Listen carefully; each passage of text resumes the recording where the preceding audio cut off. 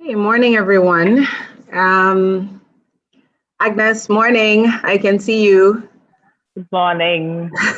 Doris and Richard and Belinda and Gordon and Senyo, I see you as well. I greet you all. Welcome.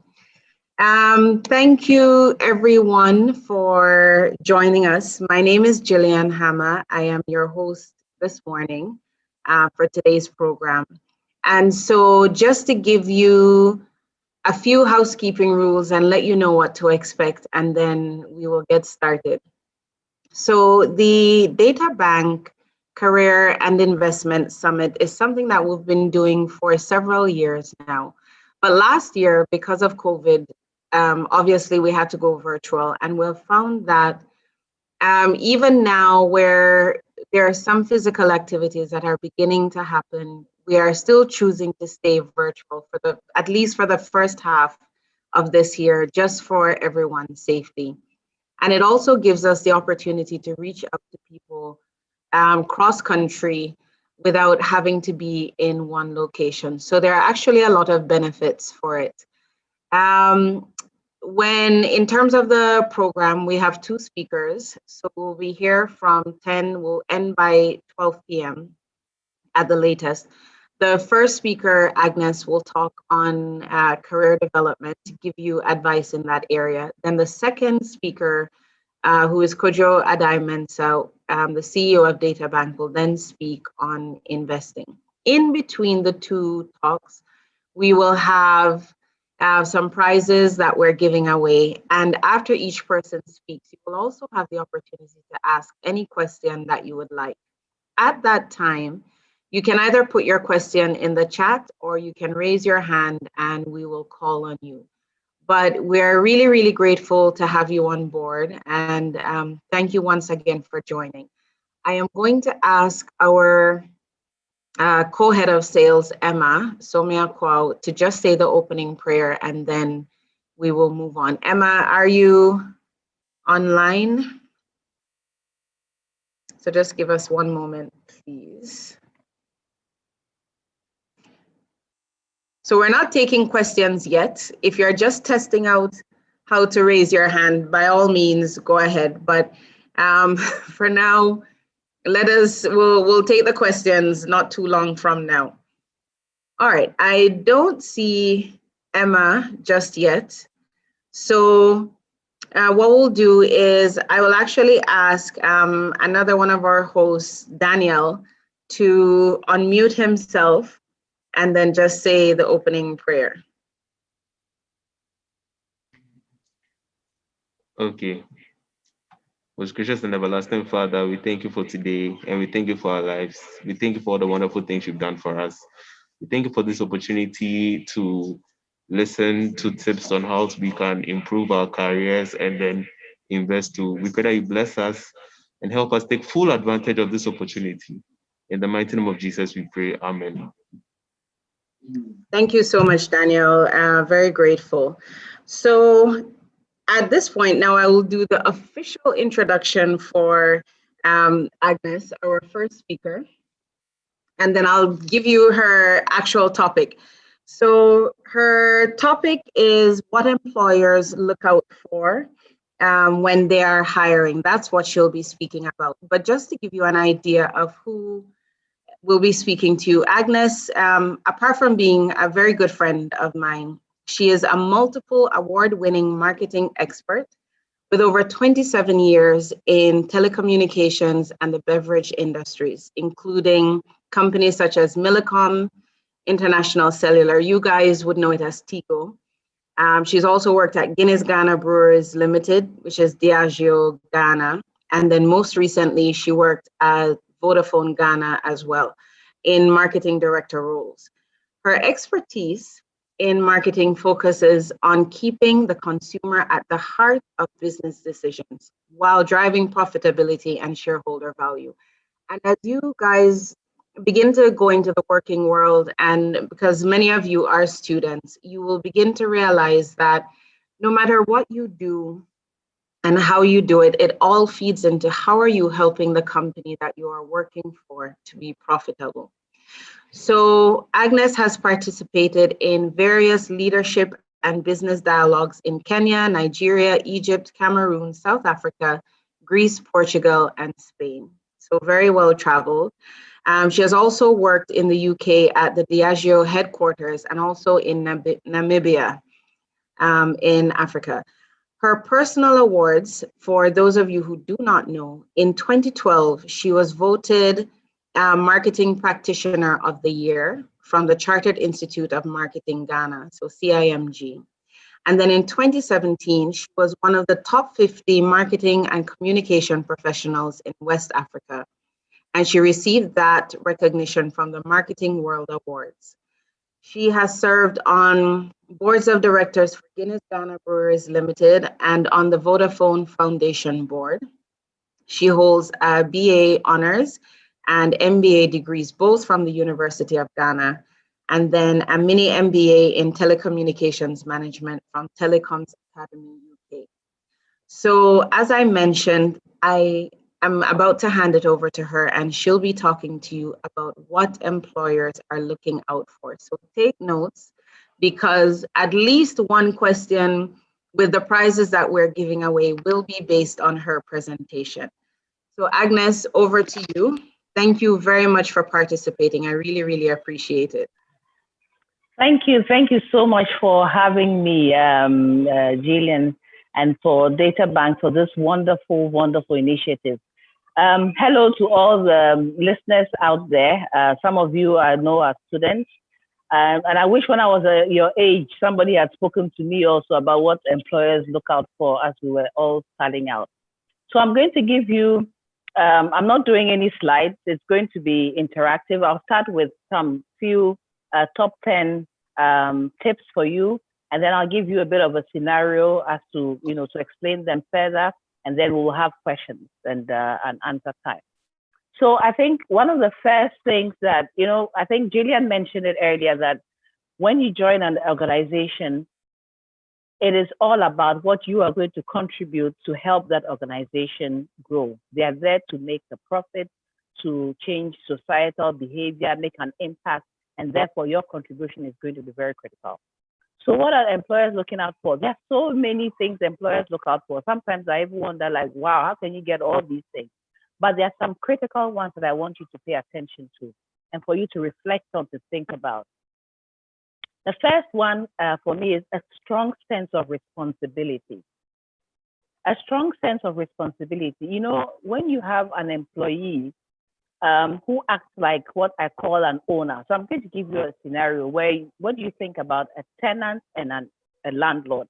When you have a house and you have a landlord living in that house, if the tap is broken, what do you think the landlord does? He gets it fixed. He doesn't go looking for anybody else. But what's the difference? When you have a tenant, the tenant will always be waiting for the landlord to do something about the problem. So the point here is that employers are looking for people who will take ownership, who act like this business is for me. It's not that we have a joke in Ghana which says that, oh, this job is not my father's job and all that. No, that's not the kind of attitude that employers are looking for. They are looking for people who will take a strong sense of responsibility, who will take a task from beginning to end and finish it off. That's a critical one. Act like an owner, be a landlord. That's what the employer is looking for. And then it takes me to another point, which is the second point I want to bring up, which is about reliability. You need to be reliable. Where reliability, obviously, these are simple things, but in practice, they're not always easy. Reliability is when you are asked to do something and you say you will do it, you stick to it and make sure that you do it. So for instance, somebody wants a document, your boss wants a document delivered by the 30th of March, for instance. If you can do it by the 30th of March, or if you can't do it, it's better to have the conversation to say, oh, I can't do it because of X, Y, and Z, I need support. But once you commit to say, I want to do it by 30th of March, make sure that you do it by the 30th of March. So reliability is very important. Because you give the more reliable you are, the more you can be given more responsibility, the higher you grow on your journey. Then the other critical thing, the third point is character. Your character is absolutely critical. Your character. Are you somebody who can be trusted? Do you have integrity?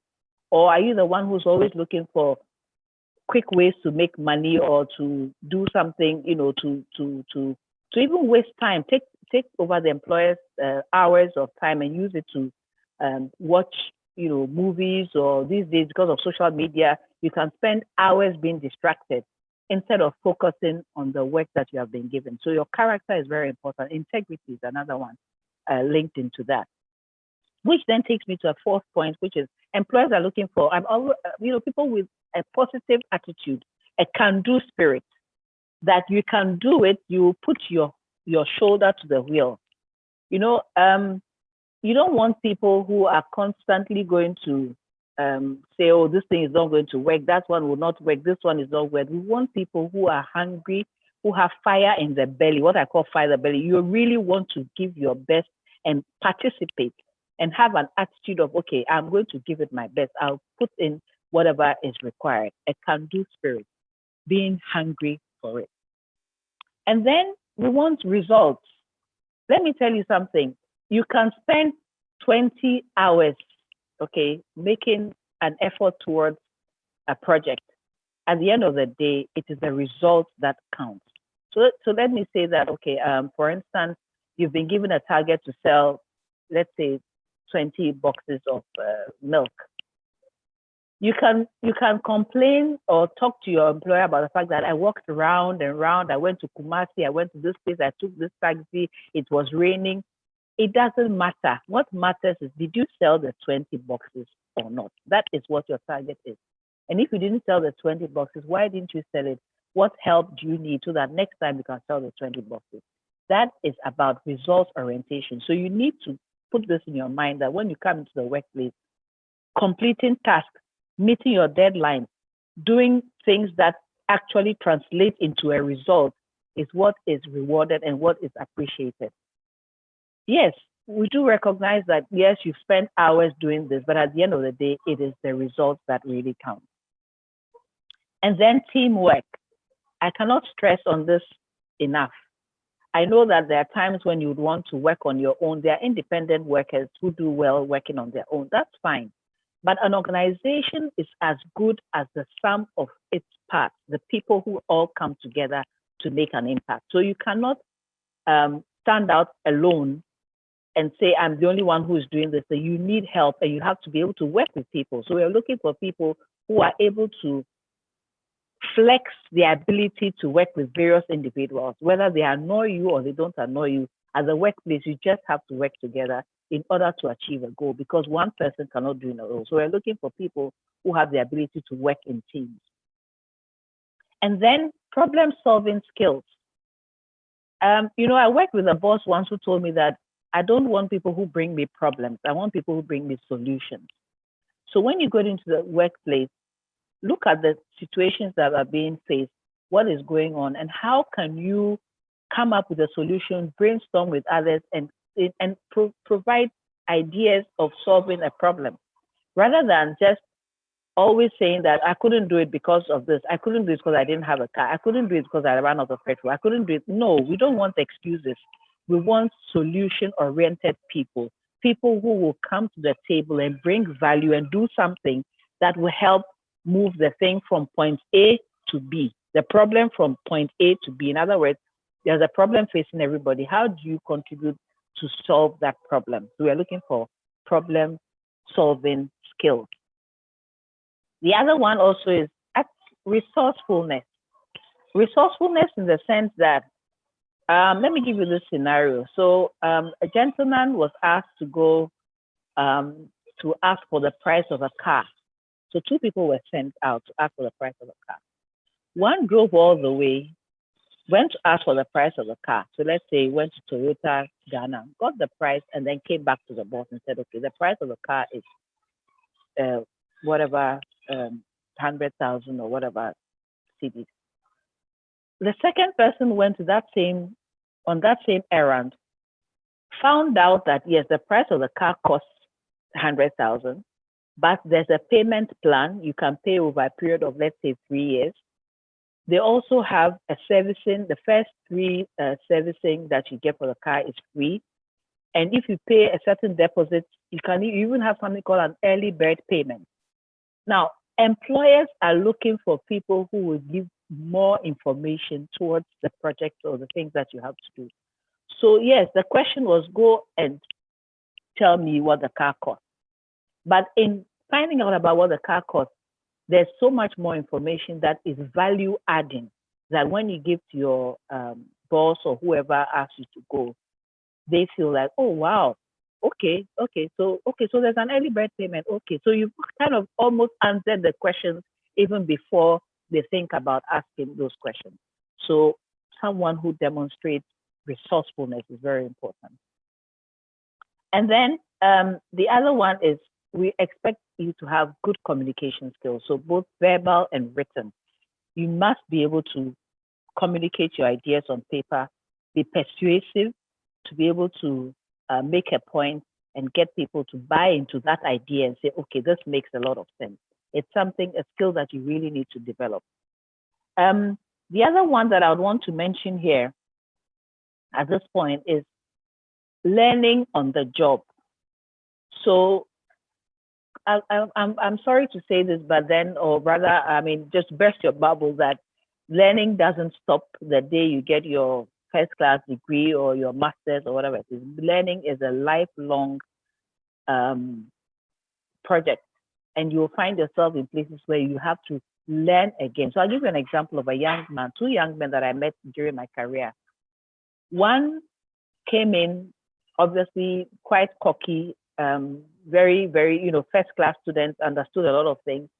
But then there was another gentleman who didn't know too much, obviously also a bright student, also went to university, did quite well, maybe second upper, whatever it is, but that was not the point. The point is that he came in there and took time after working hours, sat down to read and understand the business. So much so that when an opportunity came for them to go abroad on a program that was being, the young students were being sent on, the young graduates were being sent on, the second person actually got that role when everybody was expecting the first one to have got it. But the second person, because he had taken his time to really understand the business, really, really was fantastic at the interview. And therefore, he got the opportunity to go on this year abroad program. So learning on the job, never stop learning. I mean, even when you are 40s, 50s, 60s, just never stop learning. And then the other thing that I'd want to also indicate here is that there's also a basic expectation of you to demonstrate some skills of what you learned in school. So for instance, if you come and say that you studied marketing in school, I would expect that, you don't have much work experience, yes, but I would expect that at least what you studied, you can put together a structure of a simple marketing plan. You know what the elements are. And then with that, you can work with your employer to flesh it out and improve upon it. But if you just say, yes, you have all the education in the world, you have your master's, you have your doctorate, whatever it is, at the end of the day, at the workplace, it's about how do you translate that into actual results for people to see that you are making an impact. It's not just about the certificates or the degrees. And that also brings me to the point when I was talking about learning on the job. Sometimes people are so worried or obsessed about continuous learning with certificates.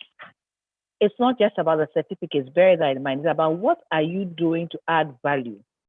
And then another thing I want to mention finally is about the fact that opportunity comes as hard work. It comes dressed up as like, this is too much work.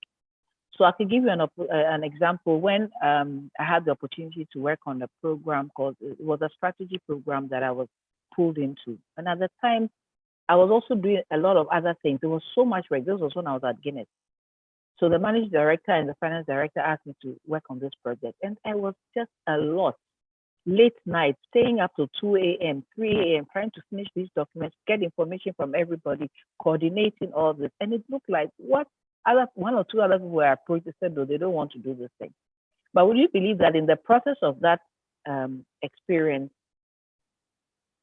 the people I work with then realize that, oh, if there's an opportunity for a role in another country, we can send this lady because she took up this task, which was way beyond her. Like, I had never done anything like that before, and yet was able to contribute and learn something out of it. And that's how I ended up going to Namibia to work as head of marketing once I was at Guinness, Diageo Ghana. So opportunity sometimes comes dressed as a lot of hard work. And then the other thing that I want to mention also is that sometimes we feel that we are too big for certain jobs. Never feel like you're too big for a job. And if you are working in an environment and you are given something to do, don't think that, oh, I went to university, I studied this. This job, isn't this supposed to be for mechanics or whatever it is? No, never, ever think like that, because every opportunity or every role that you are given, anything that you are expected to do, you can learn from it. Sometimes even employers expect you to, they almost demote you. I've seen people who have been kind of demoted, not because they didn't do a good job, but because the structure changed. And in the process, they learned a lot in going backwards to do another role. And then in future, they got promoted. So in summary, that's what I want to say. I just want to remind you what I've said. Responsibility is critical. Act and think like an owner. Be reliable. Say what you say you will do and do it on time. Character is absolutely important. We want people with integrity who will not waste the company's time or their own time or try to cut corners. Results orientation, always look out for what is it that you can deliver in terms of value to the company you're working for. Be resourceful. That's an important one. If you are asked to go and do, sent on an errand or just to do some work, ask a few more questions and think about what else can I find out about this particular project so that I can bring that knowledge to my team or the employer. Teamwork is another critical one. I think that's number 6. Number 7, positive attitude, can-do spirit, problem-solving skills, because we don't want you to keep bringing problems. Identify the problems yet, but we want you to come up with some solutions and listen to others who also have those ideas. Learning on the job, continuous learning is important. And then demonstrate some ability of what you have studied in school so that we can actually see that, you're trying to contribute, and then people will help you along the way. There are a couple of others, like, your thinking skills and all that, and also being able to roll up your sleeves and go down to the ground. So I can give you an example of a gentleman who was employed as sales manager, and he was told that the worker told him that, 100 blocks had been sold or had been delivered. Actually, it said 100 blocks had been delivered. And then the boss went down to the stores where the things were delivered and found that there were only 80 blocks that were delivered. And the learning from that was that be involved, participate, go and check yourself to make sure that you know what is actually happening. Because sometimes you can get comfortable sitting behind your desk and not really going on the ground to understand what is going on. And in going down on the ground to understand what is going on, you get a better appreciation of the job you're doing and the people you're working with. So those are my top tips for what employers are looking for. And as I said, there are many others. And I'm really looking forward to questions from you. They may sound like they're simple things, but in reality, teamwork, for instance, is not that easy when you don't have very good support sometimes, but then you really have to strive to do all this.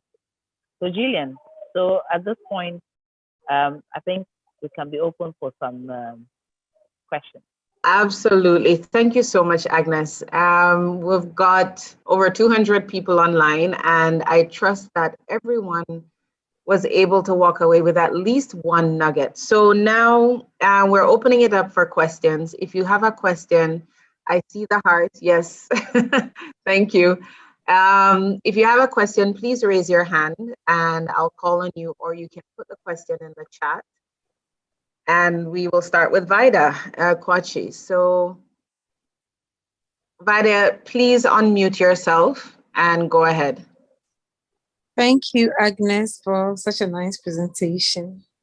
My question has to do with the fact that some you do not.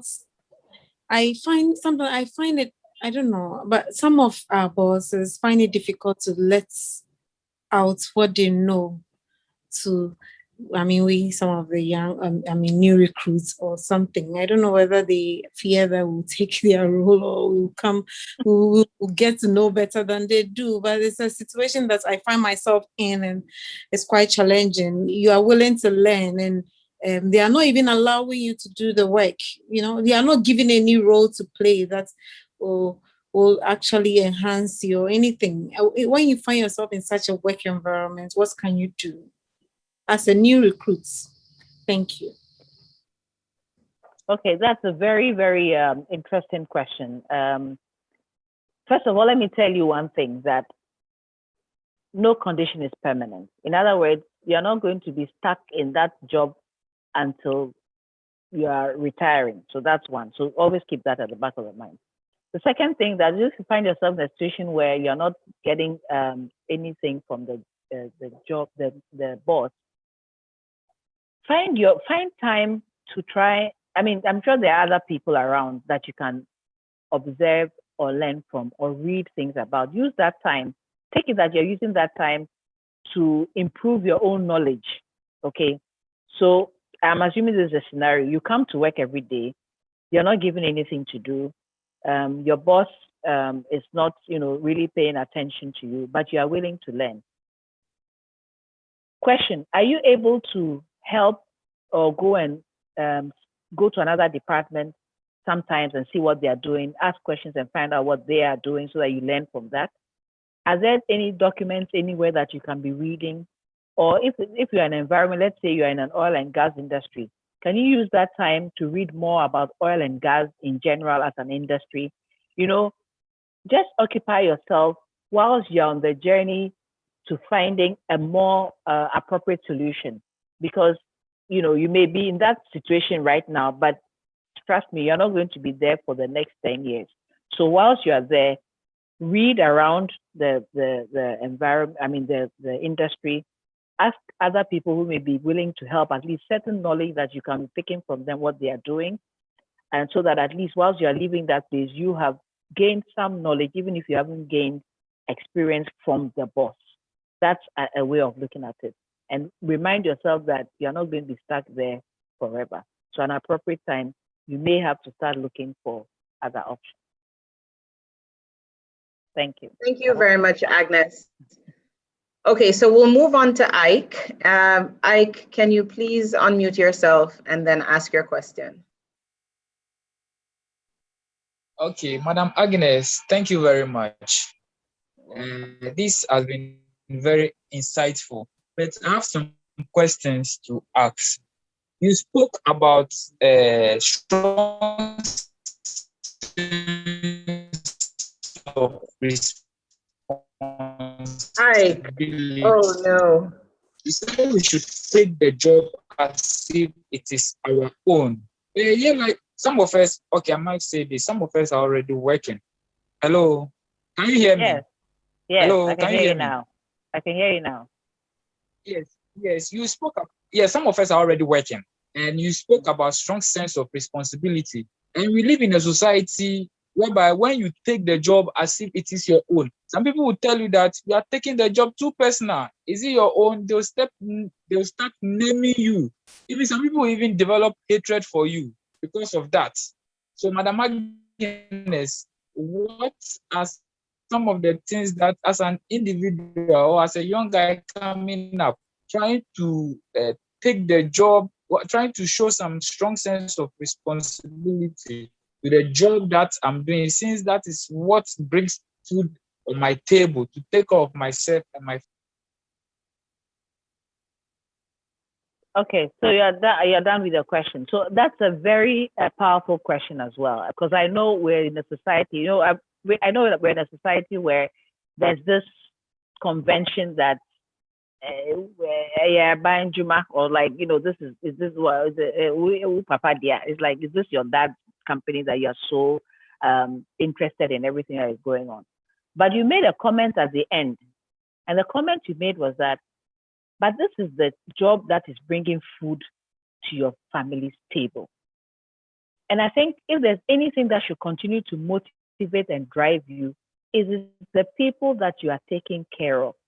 You can't please everybody, but I am sure that when you give your best, of course, you are not doing it in the process of trying to step on people's toes, no, but when you give your best at the workplace, at least I'm sure your boss or whoever who wants you to work, I don't think it is the people who give you the task who are saying that, why are you trying to work so hard?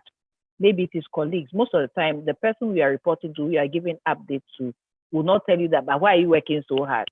He will want you to work and do something so that he can also improve upon what he's doing for the organization.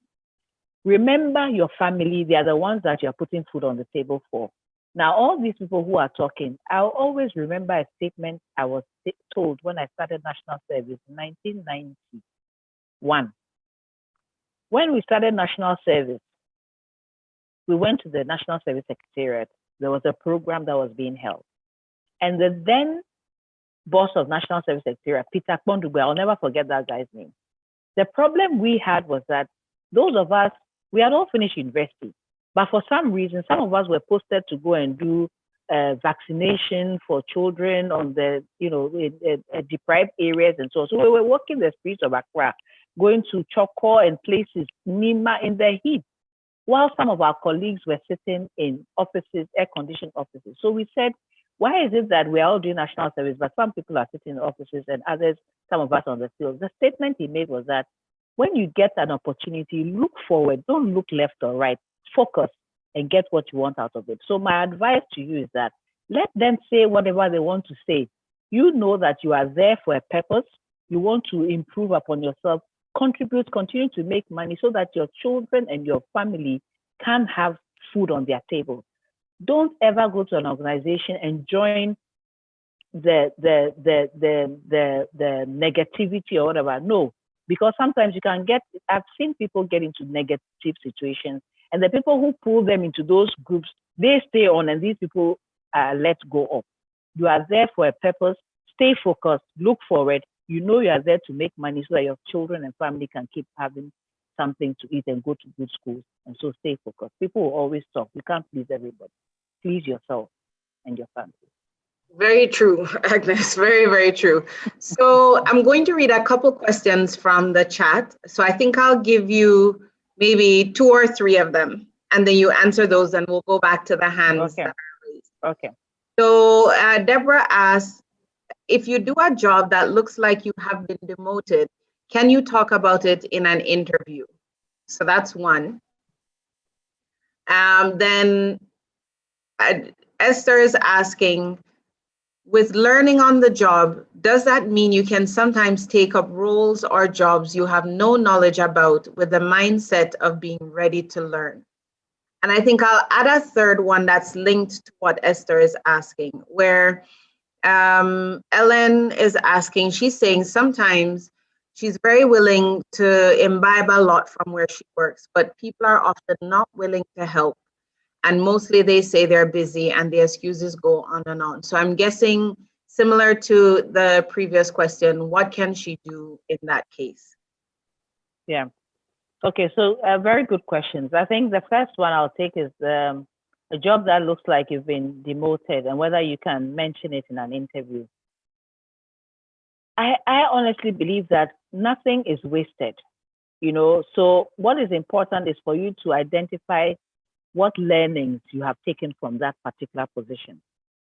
So let's say let's just use this as an example. Maybe you were once a head of marketing or head of sales or head of something.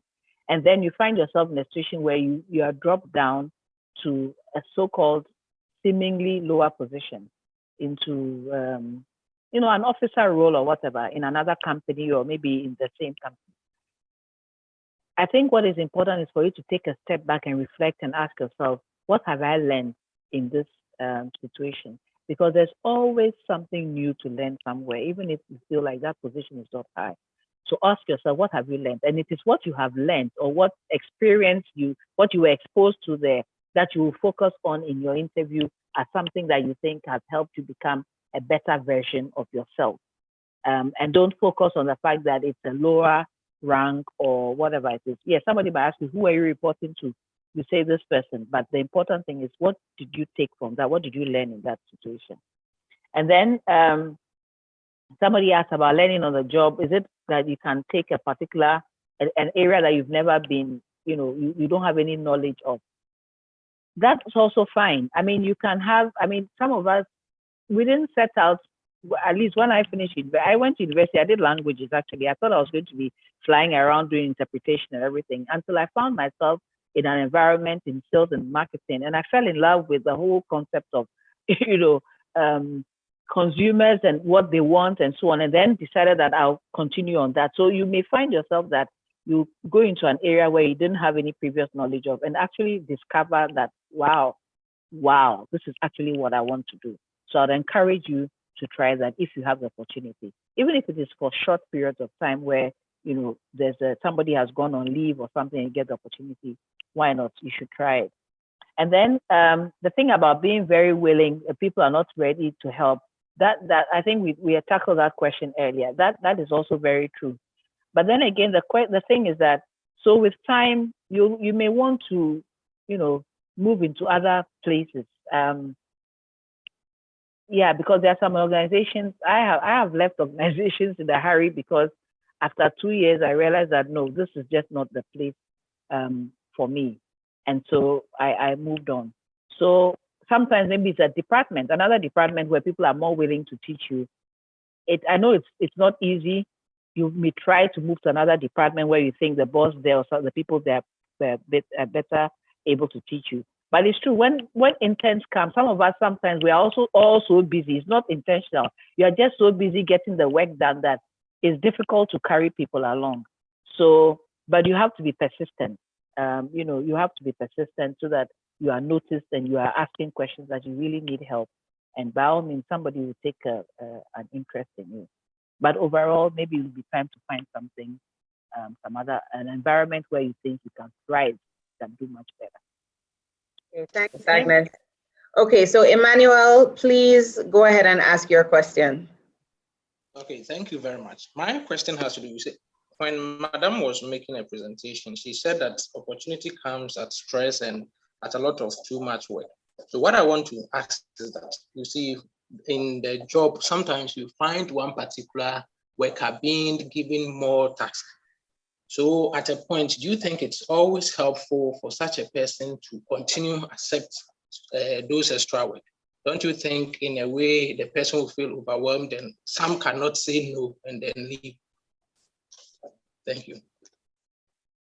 Yeah, that's also a very good point that you brought up. So there are two scenarios here. There's a scenario of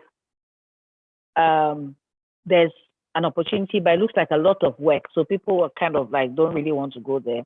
Then you are talking about the scenario also where somebody, because maybe they work very well, they keep getting more work assigned to them, and they also have a problem of saying no, which is also a real possibility. There are people like that there are times when and also our culture, we're not really trained to say no to our bosses. I mean, there's all this authority thing that we have grown up with. So it can be difficult. So there are times when you can actually get burnt out. But as you go along in managing your career, there are times when you have to have a conversation. I think it took me over 10 years to be able to get to that point where I had a conversation with my boss to say, okay, there are 5 things. Which one is the priority? Which one do you want me to do first? But those are skills that you have to learn over time. How do you manage so that the person understands that you have too much? It doesn't come very easily, I can assure you. But keep in mind that there are times when you have to ask for things to be prioritized so that you can focus on a few things and then you don't get burnt out. So you do have a point that sometimes you can get burnt out if you have too much work. But so you have to ask for which one is the priority so you don't do all at the same time. Or you can request for other people to also help. Thanks, Agnes. Next is Vida Harrison Indo. Please go ahead, Vida. Yes, good morning, everybody. Yes, Morning. I really want to thank Databank for this initiative and the opportunity to ask a question. I think, Agnes, you've been great. You've been straightforward with your tips, and it will go a long way in helping us. My question is a follow-up of what Ike asked about being resourceful, being reliable, and accepting to do any task, and the issue about responsibility. I realize that all those asking questions tone the same line, and it's really, really real, and it's happening at the workplace, that you have people who are ready to take up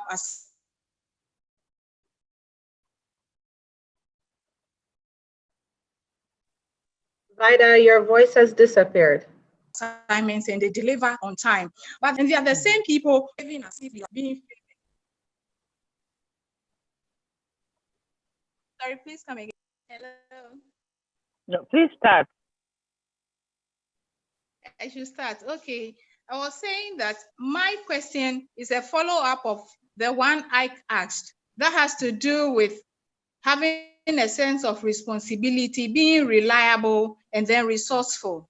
Most of the time, employers realize that you are very helpful and you are ready to take up any task. But you have these other people who are in your team who are not ready to take up any task. And they tend to feel that you are the only person who are being given tasks and you're always doing the work. And they tend to hate you. In my case, how are you going to work things out so that you still be a team player and also ensure that those people are on board with you without them feeling that you are the only person who is being given the job and always performing? Thank you. Yeah, it's a very tricky situation to find yourself in when you are surrounded by what I call floaters, who are not necessarily, who ideally are happy to just float, some of them. Some may also want to do the work, but because in the past they haven't been doing so much. So I don't think I have an easy answer, but what I can suggest though is that, is it possible that you can ask them to help with some of the work? Are they open? It depends on your team. Are they open? So yes, you've been given the task, all right, but is it possible that they can help you with some of the work? Because maybe that way, or even not actually doing it. Another very creative way of getting people involved is to call them for a discussion about the topic, to kind of get their input. That way they feel like you are not, ignoring them. They feel like they are part of it. And when you finally present the work, you should feel free to say that, yes, I did this thing together with X, Y, and Z, because they also made a comment or they gave an idea or they gave an input. Sometimes it's good to involve people that way. And if they realize that you're also mentioning that they were part of the discussion that led to, you completing the work, it's a step. It's not going to be solved overnight, but at least it's a step for some of them. There will still be some who say they don't, they still think that you are being too known, the too known Ghanaian phrase that exists, but at least maybe you can involve them in some of the tasks that you are given. Thank you, Agnes. So I'm going to just switch quickly to the chat and ask you a few of the questions there. We have about 10 or so minutes left, but let's see how quickly we can move. So one person says, I am a very positive person, hardworking and willing to learn, but I find it difficult to complete a task no matter how hard I try. This makes me very discouraged at all times and intimidated. I now hate my job so much, I wish I'm gone, but a new job is hard to come by. My job always reminds me of my weaknesses more than my strengths. What can I do? So that's one. I'll just read the other one. So this is one where difficulty completing a task and it's completely demotivated. What can he do? Second question is, in your experience, would an employer prefer a motivated and driven person with little expertise in the job area versus a rather calm person who has high expertise in the job? Then the third question is, in your resume, can you include jobs that do not have relation to the job you have applied for? And then I'll just ask the last one in the chat, which is, if you have worked for an institution for about 7 years, you are always prompt in your delivery, but your employer doesn't see the need to promote you even when there is that opportunity to do so. The question is, how do you handle it when you get demotivated or demoralized on the job?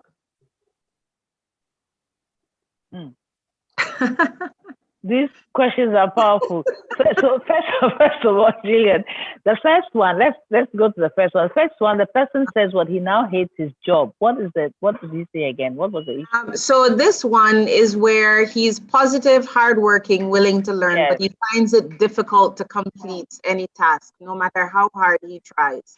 And that has demotivated him. So he's asking to the point that he hates his job because it kind of makes him remember his weaknesses more than his strengths. And he wants to know what can he do? Okay.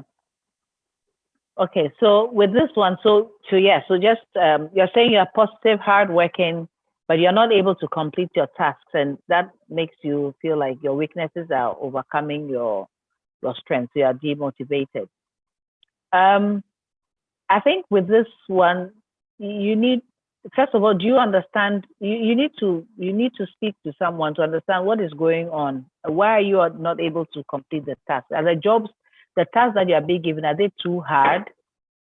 Those are the things that you have to ask for, and perhaps you need to work with like a mentor. I don't know if you have a mentor, if you have a senior coach or somebody that you can work with who can help you understand why you're not completing the task, what is going on, and what support you need to be able to get yourself back to motivated. I think it's, Gillian, that's what I think. I think it's beyond just he himself trying. He probably needs, somebody else to work with him, either a mentor or, a trusted colleague, a more senior person to work with him on that one. And then I see that there's someone who says that someone who doesn't have the expertise, but is preferred, I mean, is full of energy and is driven, is preferred over a person who is calm and has the high expertise. I mean, that's an interesting one. I've always said that there are times in an organization where those who are more visible, more outspoken, and who don't necessarily know much, you see, they seem to be getting on, whilst others are just bending their heads down and trying to do their work. So it's a tough one. The question is whether you have had the conversation with your employer. I mean, or with I don't know if there's an HR department that exists there, and whether that conversation can be had. Because during what we call, and I'm sure that not everybody has these systems in place, so I do recognize, but during performance discussions and so on, you should be able to bring these type of things up to your bosses and have a discussion, feedback session that, look, you think that, there's a lot that you can add to the table, but then you are kind of being overlooked. So a conversation needs to be had, because if you don't speak up for yourself, nobody else is going to speak up for you. And I know it's hard. It's hard. It took me years to be able to open my mouth to say what I wanted to say. But you have to start somewhere. So please, you need to speak to whoever is creating the situation. If it is in your team, with your boss or whoever, just have a one-on-one conversation with them. Sometimes maybe outside the office, not in front of others, because bosses also get very embarrassed. So that is what I'll say, because from what you've painted, the limited understanding is this, that somebody is preferred over you, and therefore you need to have that conversation. And then there's the one about resumes that jobs that you have done that don't have any link. Okay, this one, what I've tried to do and see people do in the past is that you have to find, so the job, so let's say you are, I can give you an example. So let's say you apply for an NGO role. Maybe it's business development or something role. But then you've never worked in an NGO. So the jobs you've had are not NGO type of jobs. There may be different commercial type of organizations or ministries or whatever. The key thing is, I've always said, is try and understand what skill did you learn. So for instance, if you work in a job, the job itself, let's say it's accounting or marketing or sales. The job itself is different from what you're applying for. However, there's a skill that you have learned. Maybe the skill, maybe you've enhanced your communication skills, or you learned the skill of, managing your PowerPoint presentation very well. Let those things be highlighted as things that you can now bring to contribute to your new job. That is how you link it. So your focus is not so much on the experience of the job itself, but on maybe some skill that you picked up from that one. And then the other one says, someone says he's been working for 7 years, he's demotivated because from lack of promotion. Yeah, this is another tough, heartbreaking one. I mean, you feel like you have done it, you've given your best, but when it comes to promotion, either a new person is brought in or someone else gets this job. It's a big one, but it's a vicious cycle, because the more you get demotivated, the more they are even convinced that, okay, you don't even deserve the promotion. So you need to, if you still want to continue to work there, you need to also, again, work with another colleague or a trusted person. I think along the line of your career, you need people. You need people to help, people to talk to, people who have been there before, to guide you as to what steps to take, to understand the boss or the employer and what you should do. Because if you want to stay there, if you are demotivated, what will happen is that you will relax. You won't be able to do the work. And therefore, when another promotion comes, you say, we said it, he's not even up for the task. So, but to get out of that demotivation, you really need somebody to help you, to talk to work through it, to get back to a place where you feel like, okay, you want to still give it your best and give it a chance as to whether you get this promotion. Otherwise, sometimes, I'm not always advocating, but I think sometimes you just have to make a move to a new environment, because there are some environments where you thrive better than others. So that's it for those questions. All right, thank you. So just to try and stay within the time, there are about 5 people who have had their hands up. Okay. We'll try and take those questions really, really quickly. I'll encourage all of them to try and ask their questions as concisely as possible. And then if you can also respond within a short time. However, there are still some questions that are in the chat. And what I would suggest to everyone is you can continue to send your questions in the chat. Yeah. And then I'll reach out to Agnes, get the responses for you, and we will give them to you. So the fact that she ends in a few minutes doesn't mean that your question has to go unanswered. So please, send your questions in the chat, and then we'll make sure that you get all your answers. So Michael, please unmute yourself, ask your question in like 15 seconds, 20 seconds. All right, thank you. Thank you. Good morning, Madam Agnes. Morning. I'm in the present team work, and we are supposed to meet a deadline, but hereby the team members are not coming on board, and this work requires field work, laboratory work, data entry, data assessment, and at the end there is a future, but they are not responding. But at the initial stage, they all accepted, we will do it. And do we have to put the research project down, or because it's not a one-person work or something like that, and it's really tedious. I don't know what to do. Is this a school work you are talking about? Yeah, it is. It's given to it's given to the school, and we have taken upon it to do it. Okay. The question is, do you have a supervisor? Is there somebody involved in helping and meeting you people to do it? Or yeah, we have on your own? And I've been talking to the team members. Today they are here, tomorrow they are there. A whole lot of work. Yeah. So it's a tough one. I mean, working with people, who are not pulling their weight is a really tough one. I think you need, at the end of the day, first of all, the supervisor needs to be aware of what is happening. And I know that Ghana, we don't like to report people, but sometimes you have to report people or have to state the fact as it is. So they need to know what is happening. And then secondly, obviously, I'm hoping that it will affect their grades. If they know that it will affect their grades, then maybe they'll pull their weight better. Because right now, maybe they think that whatever happens, they'll still pass. So I think the supervisor needs to be involved, and it should impact their grades. Therefore, maybe that will make them sit up. All right. Thank you very much, Ms. Agnes. Welcome. Okay, thank you, Michael. Julius, please unmute yourself and ask your question. 15 seconds, please. All right. Thank you, Madam Agnes. You have been wonderful. I am not in the traditional business setting. I'm a teacher. I've trained as a teacher, and I've remained in the field for some time. But you know, in the Ghana Education Service, I'm asking this question in relation to the areas that apply to me. In the Ghana Education Service, you have a system where what we do is basically templated. That is to say that you are supposed to follow a certain pattern within the system.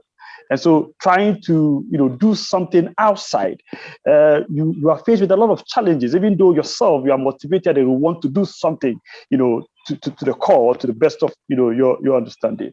Meanwhile, we have a situation where the courses you took may not qualify you to enter into some other system outside the education system. How do you handle such a situation, and what can be done moving forward? But I'm really excited about your presentation. Thank you. Thank you. I think your question was that because you are working in an environment that is template driven, you even if you wanted to do something new, it's not you're not able to do it. But then you asked the question as to how do you get out of, were you suggesting that how do you get out of that teaching field into something else? Yeah, you have perhaps pursued a course all the way to maybe the highest level, you have a master's or something. But because it's this education, certified, it is difficult for the traditional business people to adapt to you or take you on and stuff like that. Yeah. Okay, so I know it's a good question. I mean, interestingly, there are areas like the non-governmental organizations and so on, who, depending on what project they are running, do look for people with educational, education as their subject matter that they look out for. I mean, they take them because they're always also developing curricula and different things. So I think there's still opportunity for you to look at those type of places. So it may not be the traditional, Vodafone type of organizations, but then non-profit do use those skills sometimes. So it's an opportunity to look at that as well. All right, thanks, Agnes. We'll move to Doreen. Doreen, unmute yourself, please, and ask your question as briefly as possible. Okay, thank you very much. Thank you for the presentation, very enlightening. I wanted to make a comment on the lady who asked how to deal with colleagues who are not supporting her at the workplace simply because she's been given all the work to do. I wanted to make an input that sometimes you also have to make them feel important. Intentionally assume that you need their services at a point in time, even the things that they can do. Intentionally expect that they help you, or assume that you don't know how to do, so that they also feel welcome to be part of the work process. Then also you have to also tackle it from the social point of view, not only at the workplace. Try to meet social points, either try making friends with them outside the work environment. Maybe a simple visit, gift something. In that case, you are softening their hearts and then creating that kind of bond and then a familiarity with them. I think these two things may help establish the friendship, and then from there, it will translate into the workplace as well. Thank you. Thank you. All right. I know you're not Doreen, but I don't know your name, but thank you anyway. So last two, Gideon, please unmute yourself, ask your question. And okay, thank you, Gillian. I wanted to also make a contribution. Okay. I will address, I think, the first question and some others. I worked in an environment where, one, I wasn't the best student. The others were all first class. and yet they weren't ready to push themselves in their work. And me, I just went to learn. I came to school to learn, and I wanted practical learning. So I didn't come looking for just be given tasks. I was looking for more work to learn.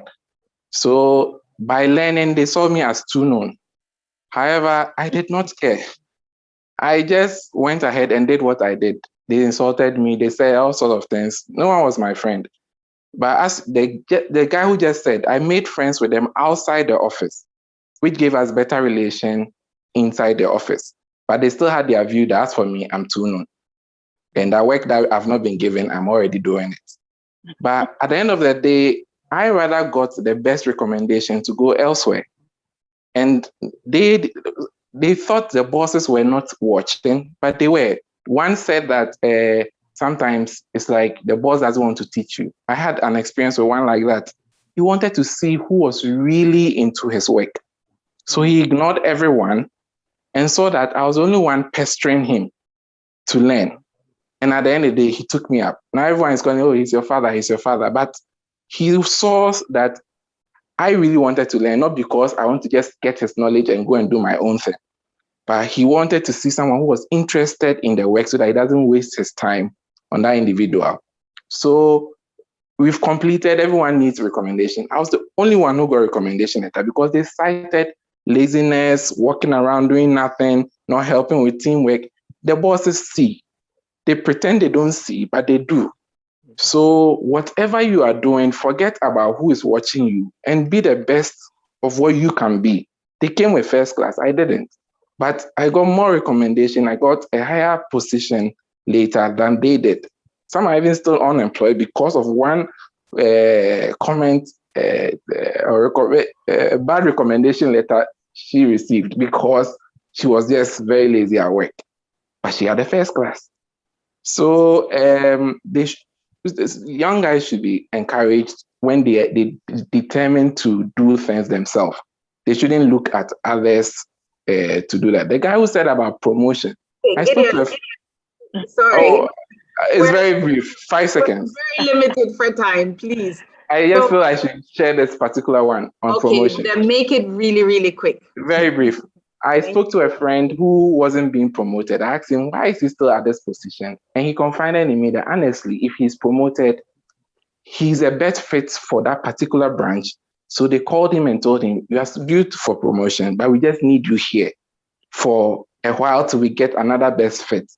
So sometimes don't relax that you are working and they are not promoting you. Keep at it. They are watching. Like I said, the bosses see.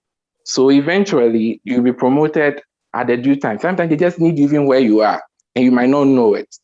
And they might be preparing something bigger for you. So that's what I have to share today. Thank you for this platform.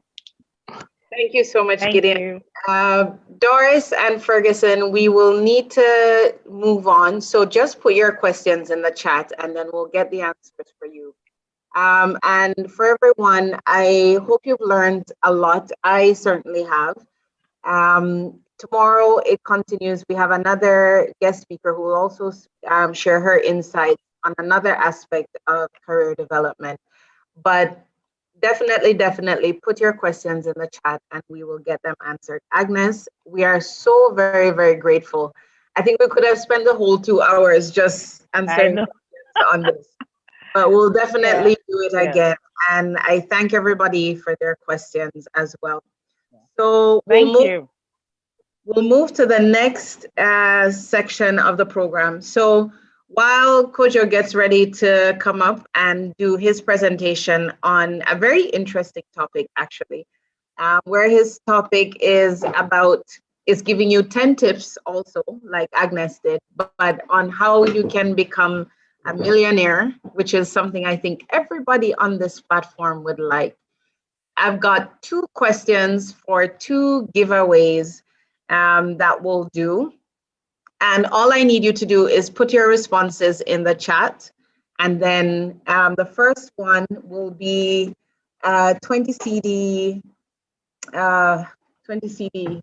credit. Yes. So whether you're Vodafone, MTN, or Airtel Tigo, you will get 20 CDs of airtime. So the question for that, and guys, remember, put it in the chat. And first person that puts the correct answers will get the prize. There are 7 banks that Databank partners with where you can walk into any of these branches and just give them your account number and top up your mutual fund investment. There are 7 of them. Please list at least 5. The first person who will put 5 of them will get 20 CDs of airtime. And put it in the chat, please. Hey, where's my chat? Okay. So, all right, Deborah Adanu has won the prize. She has very quick fingers. Her response is Zenith, Fidelity, GT Bank, GCB, and ABSA. Deborah, that's very correct. The other 2, in addition to this, is UBA and Access Bank. Yes, so she had listed Zenith, Fidelity, GT, GCB, and ABSA. Awesome, Deborah. Okay, last question before we move on is per the presentation that Agnes gave, give me 3 points that employers are looking for. Any 3 of the 10 that she gave. First person to give me 3 will win a 50 CD gift voucher for any investment, any mutual fund investment of their choice. So, woo, wow, that was quick. Ellen said reliability, teamwork, and results oriented. So Ellen, well done. You've gotten a 50 CD gift voucher. Please just put your phone number in the chat just so that we can double confirm we're reaching out to the right person. And Deborah, do the same as well. So guys, thank you very much. We will now switch over to Kojo, who is the CEO of Databank and has been since 2014. For many of you who do not know, he started in Databank in 1998 and worked in Databank from 1998 to 2000, fresh out of university. And when he did that, then he left, moved into commercial banking, worked at the likes of Standard Chartered, Barclays, GCB, before the owners of Databank actually asked him to come back. So the points that Agnes shared are so critical because people were watching. People were watching, the owners were watching, and they saw enough of him first in the first 2 years that he worked here. And even when his career moved into commercial banking, that they thought it was worth calling him and asking him to come back and join and not even join the Databank team, but lead the Databank team. And he's done that over the last 6, almost 7 years. And in the last 7 years, we have seen that Databank has seen tremendous growth. Where, just to give you an example, I remember when he started, our assets under management were around 800 million. Now it's over 5 billion. Things like that happen with leadership. So it is my extreme pleasure to welcome Kojo, to hand it over to him. And then he will talk, and then we'll have a Q&A session again. All right. Okay, thank you very much. And thank you all for joining. Agnes, thank you very much for your presentation. I just have maybe 1 or 2 comments. You're spot on when you said in our time, we didn't have an opportunity to listen to people like you to shape us. And I would just like to say something about the way people write CVs. I don't know if Agnes touched on that, but sometimes when you're writing your CV, you should write it knowing that somebody is making an opinion of you without having you sitting in front of them. So the way you write your CV is very important. One other thing I'll also, that is for me personally, is what type of email address you use for professional applications. Because when you bring me an email address that says logoligi@gmail.com, honestly, at that point, you've put me off already. You have your nickname email address for your personal stuff. I will strongly recommend that you should have a professional email address, probably with your actual name in there. That's something. And now we are in social media mode as well. Be careful what you put out on social media. You'll be surprised how it will pop up at some interview that you'll be attending. Be careful what you use as your DP, those on LinkedIn, Facebook, and WhatsApp. Just that would be my very quick comment for that. But Agnes, thank you very much. I remember Peter Kodube too very, very well at the National Service period. He was a terror, man. Yeah. He was a terror. Together with his Greater Accra regional guy, that guy was another terror. So like they have a meeting and decide to terrorize us. Anyway, time is fast spent, so I'm going to be going off video. I'm going to share some slides. These are principles that I believe work. We've seen it working for people. I'm not yet the millionaire I want to be. And you know why I'm not yet the millionaire? Because I didn't start early. Because I didn't get the opportunity to be told this much, much earlier on in my life. Some of you are students, and from the questions, I see that some of you are also already working, which is good. This is the kind of combination that, you know, I like, both students and workers. And I'm telling you, as I start off with my first slide, seriously speaking, you need patience and time. These are the two most important ingredients, if you should ask me, in building wealth. A lot of the time, we are students. You are, in our time, maybe you are 20 years, you are 21 years old. You think that the world is far away. You know, you have so much time. Money still comes through you. You are not working, but you are still spending money. And if at that point in time, you start developing the habit of investing and putting something aside, you'll be surprised at what you will be having in your hands, even when you're leaving school after 3 to 4 years. A lot of us will leave school saying that we don't have capital to, or we have applied, we can't get a job, How about if you started building your own small capital, right, from level 100 through to level 400? You'll be surprised that you get some small capital to start a small business. You start small and then you can scale up. I really wish I knew what I know now. And I always tell people, especially students, that, yeah, instead of 3 Guinness every weekend, I should have been drinking 1 and then I invest 2 Guinness.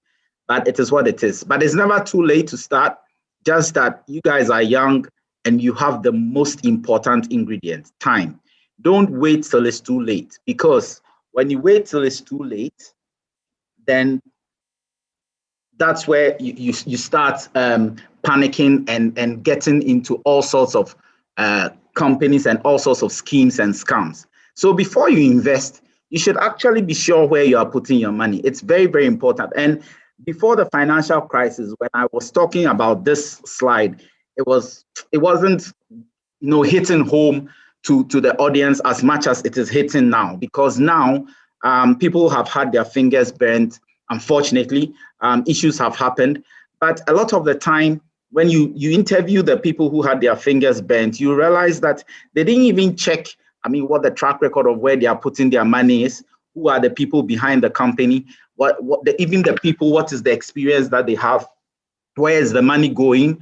Are you being given some extraordinary return that it is blowing your mind? But hey, the moment people start giving you 10 percentage points above a treasury bill rate, you should start knowing that those are red flags. What is the company's governance structure? Who are the management members? Who are the board members? How often do they have board meetings? Do they file their returns at their regulator? Who is their regulator even? Sometimes we go and place money in an institution and we don't even know who regulates the institution. You need to ask those questions. It's very, very, very, very important, because no matter how small you are putting your money is, it is important to you, and you should know exactly what it is that your money is doing. It's very greedy. And sometimes the greed accentuates when you don't have the time, when you didn't start at age 20, where you have 40 years to just invest slowly and surely. And yeah, by the way, people say, oh, but some of these companies too, they had long track records. They had been there 20, 25 years. But what was their governance structure? So all the factors should come together. But more importantly, please don't be greedy. If you take your time and you do it slowly and properly, you will arrive. You will definitely arrive. And along the line, I'm going to show you how much it is you need. And you will see that the earlier you start, the less difficult it is, and the greater the probability of you achieving what it is that you want to achieve. Now, when you are investing as well, you have to actually know why it is that you are investing and how much time you have. And there are these three categories that we would normally put in. You will have your short-term investments, which is usually recommended as 3 years or below. You have your medium-term view as well, which we recommend as 3 to 5 years. And then the long-term, which is over 5 years. These days, at Databank, with our research work that we're doing and with the data points that are picking up, we are beginning to even review our long-term view to be over 10 years, actually. And because a lot of things are happening and the economy is volatile. So, but anyway, we haven't fully finished with all the data points that we have to really determine that. But essentially, if you know how much time you have, these are the frameworks that we would normally put you through. Then, what should you know? Your risk tolerance. A lot of the time, people don't even ask themselves, what is my risk tolerance? All they do is they go into a product because, so a friend has told them that, I put money in IPACO and within a year I got X. Then they just go in without asking any questions. What is even the risk profile of the product that you are investing in? These are all important questions that you should be asking. But as a rule of thumb, this is what we normally would ask you to ask yourself, that if you had money, how would you feel if after year one, you lost 10% of that? And then we put the three emotions down there. If you are not too concerned, then we know that you have a high risk tolerance and you are in for that long term. If you are concerned a bit, but you will not withdraw, it's likely that your risk tolerance is medium, and we'll show you the appropriate products that we will recommend you purchase depending on your risk tolerance. And if you are concerned and suddenly you say, hey, these people, they've chopped my money, and you come and take all your money out, then the product maybe you bought is not the product that your risk tolerance can take. And somebody may be asking, how can I put money in and after year one, I lose some of it? Yeah, it depends on the product that you're buying. And I'll just quickly, I'm sure I'll say it again, but I'll just quickly say that imagine you went, and everybody knows MTN is on the stock market. So you bought MTN at IPO time when it was, say, 75 pesos. And suddenly, after a year, for those of you who were tracking, MTN actually lost. So if you had put 100 CDs, or if you had put in 100 shares or 100 CDs in MTN at the time, you would have lost that. Your 100 CDs after a year would be likely reading 90-something CDs or something. So if you panic and you say, no, then I want all my money, then please, stocks, shares are not what it is for you. So we try to say that you shouldn't be investing with your emotions. There are two cycles that you see. The one on top is the people who are investing depending on how maybe the product is doing at a particular time. They say, oh, it is doing well, then you go and put your money in. Well, it starts losing a bit of ground, then suddenly you go and take your money out. No. If you do, that's not the way to go. Successful investors are emotionless. They don't play the market. That's the graph you see at the bottom. No matter what the cycle or which cycle of the investment horizon it is, they are just consistent. They know their risk tolerance. They know what product they want. They know their time horizon, and they know exactly what they are gunning for. So, like I said, depending on your risk profile, what type of product would you want to invest in?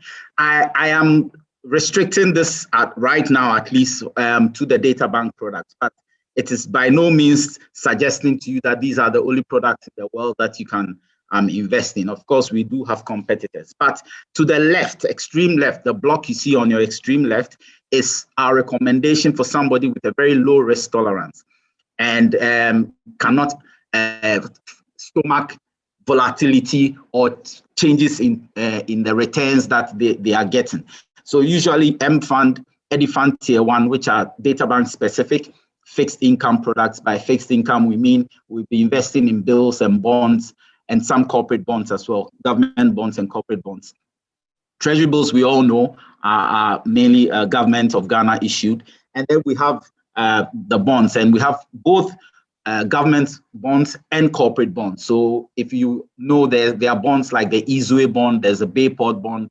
Essah is also an example of bonds. And then, of course, there's government of Ghana bonds of 2 years all the way up to 20 years.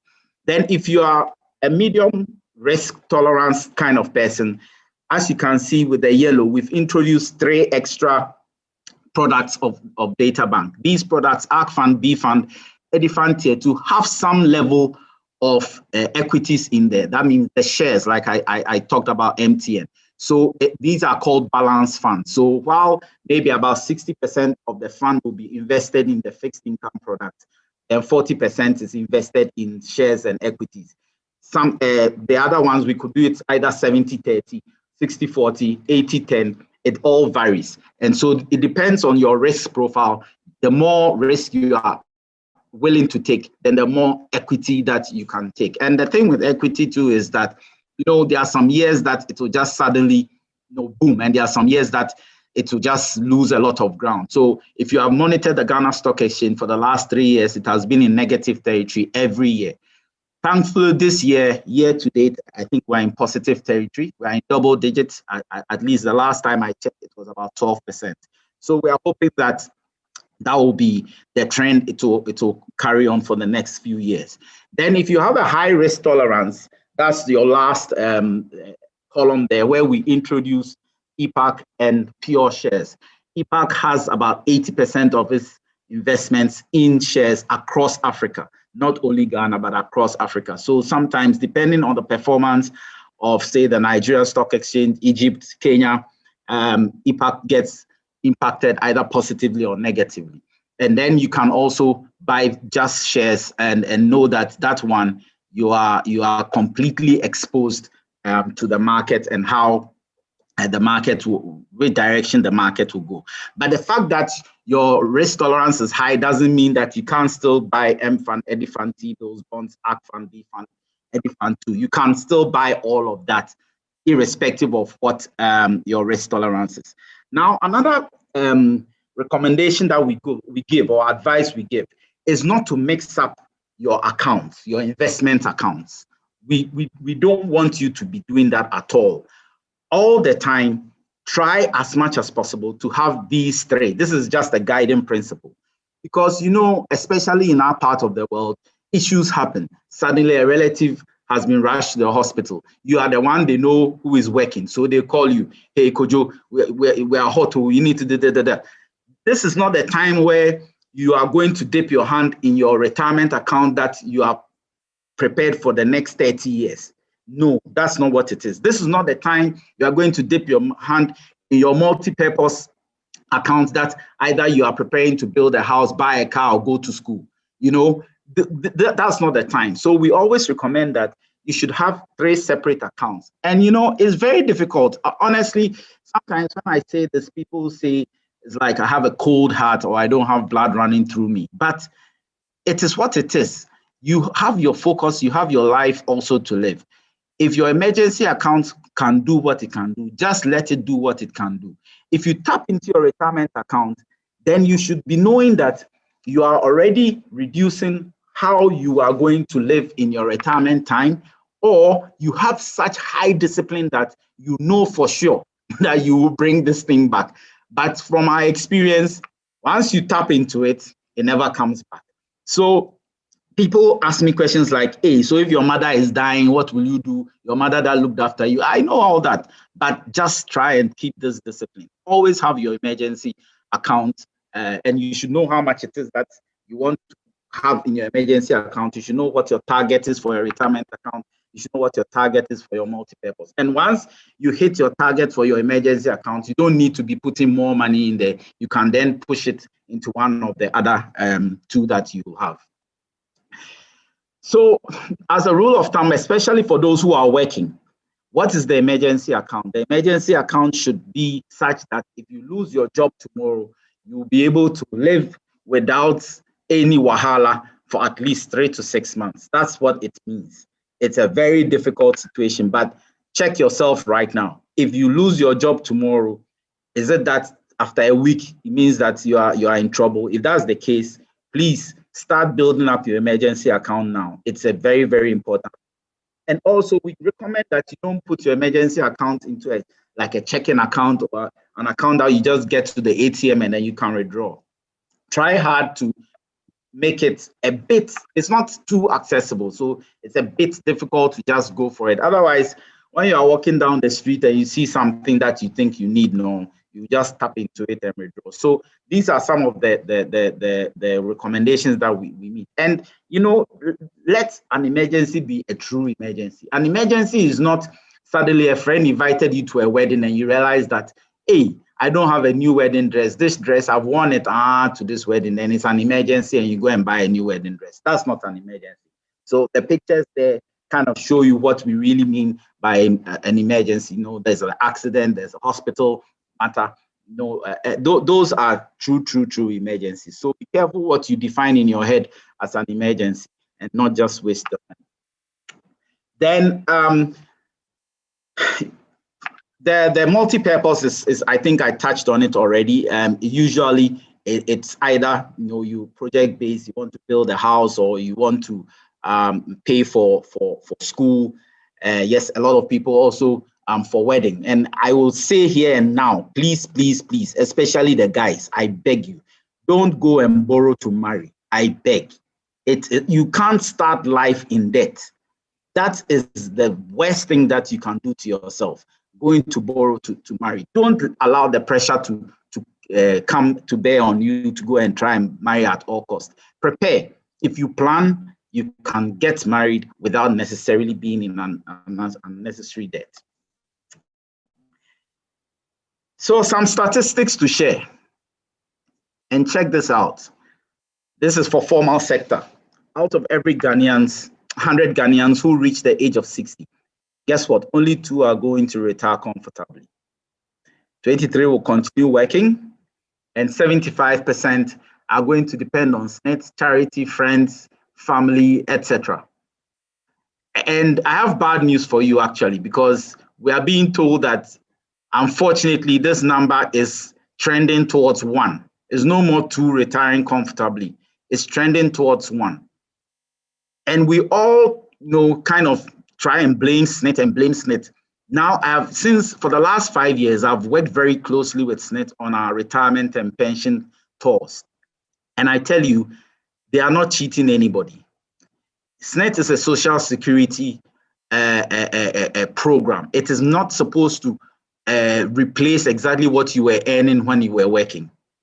Now look at the average monthly pension that is being paid out by SNET. And the lowest at 300 is even a subsidized one. It means the person's salary crowd wasn't anywhere near there. And these days, if you read the new act, it even caps the maximum that you can be paid as SNET pension. That's since the new law was promulgated. So now we have the tier 1, we have tier 2, and we have tier 3. So if you are listening to me and you're working, please make sure that you go to your HR or your finance department to check whether they are actually paying your tier 2, because that for me is what really is the real deal. And then you must have your tier 3. If your company doesn't do tier 3, what they used to call provident fund, please have your own plan B. And we've shown you some of the products that you can purchase. Any of the products you can purchase as your plan B to prepare towards your retirement. The product depends for me on your risk appetite. Depending on your risk appetite, then you will be able to get the appropriate product. So these are some statistics that are out there. They are very grave statistics, and it is important that you know that if you are going to depend only on SNET, it's not going to work. Then those of you who are self-employed, you are even the worst offenders. Self-employed people never prepare for retirement, and they think they can work till the last day they take their last breath. Please, that's not the case. And anything can happen to you while you are working, whether you're self-employed or not. So it's important that you set up a separate retirement account for that purpose. If God grants you the strength and ability to keep working till you're 90, all well and good. But still just note that there are some people too who by 60, 62 are unable to work any further. So please prepare irrespective of whether the formal sector or the informal sector. Now, this is why we always say time is your greatest asset. It's not the amount of money. Honestly speaking, it is time and the power of compounding and investing. So this is for illustrative purposes. The return here is an average of 15% per annum. And if you are listening to me and you are 25 years old and you want to hit that 1 million mark by the time you are 60, all you need to invest in is 89 cedis a month. That's all. When you are 25 today and you want to hit 1 million, and guys, I know there's inflation, time value of money, all that is there. I agree. This is just an illustration. Mathematically, this is correct. As the years roll by, definitely your salary too will be going up. So as it goes up, increase that monthly that you are putting in. Just increase it. Don't keep it at this one, because surely after 30 years, the value of 1 million today will not be the same as the value of 1 million in 30 years' time. In 5 years later, when you are 30 years old, this monthly requirement almost doubles to 180. Another 5 years, it doubles again. So by the time you are hitting 40 and lying to yourself that, oh, life begins at 40, so that's when I'll start preparing, then something that you could start off with 89 cedis, you need 762 cedis. Now your salary, now how much is it? So it is extremely important that you start now, like now. It's not a procrastination thing. You've got to start today. If you don't, I mean, then it just makes it more and more difficult for you. And I really wish I had started when I was in my 20s. I didn't. In fact, the most stupid thing I did, and I'm giving you this strong advice, the most stupid thing I did was when I left Databank in 2000, I had started investing in EPAC and then I stopped. By the time I came back 15 years later or 14 and a half years later, the money that I left in had like quintupled or something, like whatever word it is. And I was like, oh my God, Kojo, what a fool you have been. If I had just been putting in some 100 cedis, 200 cedis every month, small, like by now the millionaire thing have arrived. But here I am now still struggling. But I started all over again when I came back 7 or so years ago. So, and it's been good. It's been good. I will always regret not continuing. And so if you are hearing me, please, all you need to start at Databank is 10 cedis, 20 cedis, 50 cedis. We'll take it. The important thing is do not stop, because investing is a habit. It is like tithing, it's a habit. It is like smoking, it's a habit. If you start, you will realize that in a certain month, if you don't invest, you will not feel correct. So it is very, very important that you start now. Thank you. Thank you, Kojo. All right. So we've got about 20 minutes left to answer as many questions as we can. And I'm going to jump right into it. So Doris Donkor, you have your hand up. I'll ask you to unmute yourself and then we'll take your question. And then Michael will come to you next. All right, thank you very much. Like you said, my name is Doris. I'm actually linking from Sunyani, and I'm excited to be part of this. Just 2 quick questions, but then just a little bit of my reasons for joining, because when I was filling out the form online, I realized that it was a mandatory to fill the university thing. So my understanding was that this is purposely meant for students. And unfortunately, I'm not a student anymore. So I was like, okay, let me just fill in my University of Ghana, past university, and then get opportunity to be in here. I actually run a ministry, an NGO called the Daniel 1-8 Ministry. And part of the things that we do is to get the kids to invest. And we partner with Databank in Sunyani. So we are grateful this month. Databank gave us some 500 Ghana Cedi to support our Boys and Girls Summit. And we are grateful. And the kids always send their funds to Databank to invest. Now, the problem I have, the Sunyani office have been really working with us very, very well. The problem is that I think some of the communication of these investment things go above the kids' head and trying to get them to, so when I put in this, what do I get and when and all that, it's a bit too technical for the understanding. And so if there is a way that, you know, he did well, Addae-Mensah did well, very well in terms of presentation, but even for us who have been to university and old enough, some of the terminologies and some of the communication is a bit too technical. If there is a way we could trickle that down so that even the uneducated or semi-educated could also get a bite and have them understand what their investment is really doing at Databank for them, that would be very much appreciated, especially for those of us who are working with kids who are investing in Databank at the moment. My second question actually has been answered. So because I'm already 41, so he's actually giving me what I need to put in there and how much I'm going to get to be a billionaire. So I'll leave that for now. So if you could ask the second question, that would be very grateful for me. Thank you so much. Thank you, Doris. So Doris, your concern is something that we encounter almost everywhere we go. It is yes, it is a very difficult one.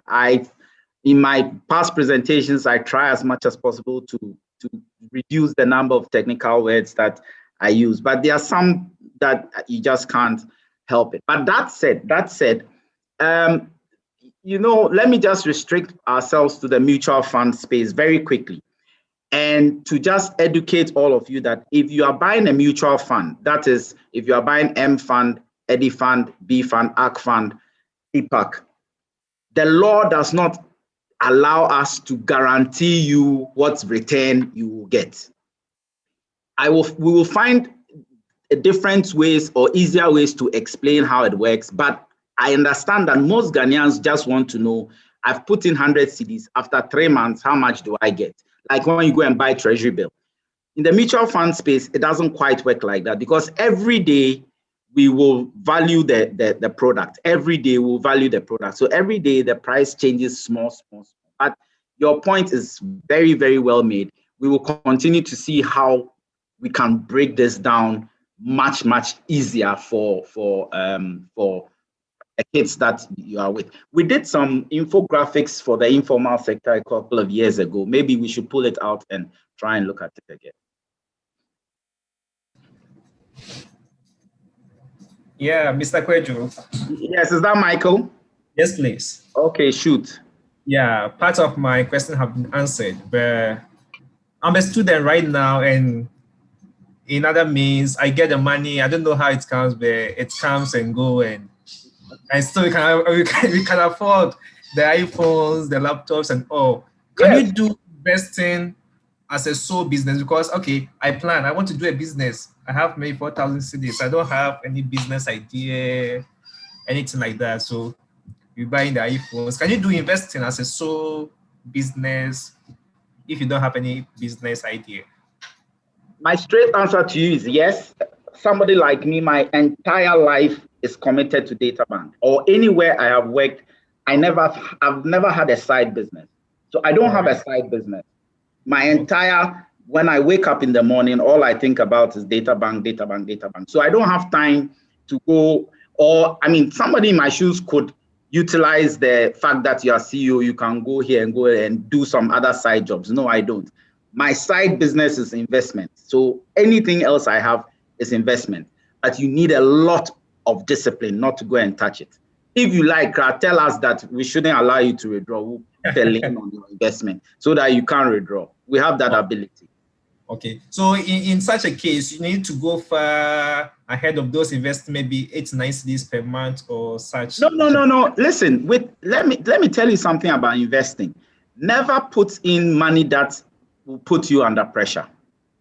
Don't invest money that puts you under pressure. When you are investing, make sure that the amount you are putting in you don't need it, you don't need it now. This is not something, because don't be in a hurry. This is the point I make. What you need for your day-to-day expenses, the one you buy airtime, you buy food, put that one separate. Maybe leave it in your bank account. But what you bring to the investment house, please make sure that it's something that you can afford to just leave it forever and ever. Okay. Thank you very much. Pleasure. Nana Kwabna. Yeah, Mr. Please, I'm a student of University of Education, Winneba, and I just registered with you guys. But with the short codes and everything, nothing is working. If you try to add something up, nothing is working. I've tried several times. And please, with the slides that you displayed, I really want you to, how can I get the slides so that at least every day, each and every time I ponder upon it and try to do something good of it. Yeah.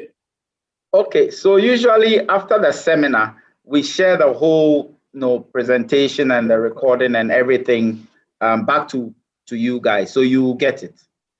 Okay, so is it on? I got mine was on Twitter, so am I going to get it at that place? Okay, I'm told that it will come through your email address. Oh, okay, all right. Yeah, but is it on the short code? Which one are you using that is not working? I've been using the star 600. 100. Yeah, and it's not working at all. Not at all. Really? Yeah. Okay. Can you send an email right now? Are you ready? Yeah, I'm ready. To marketing@databankgroup.com with your complaint and your phone number. All right.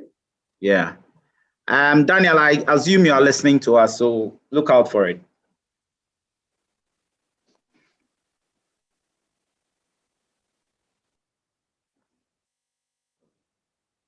William?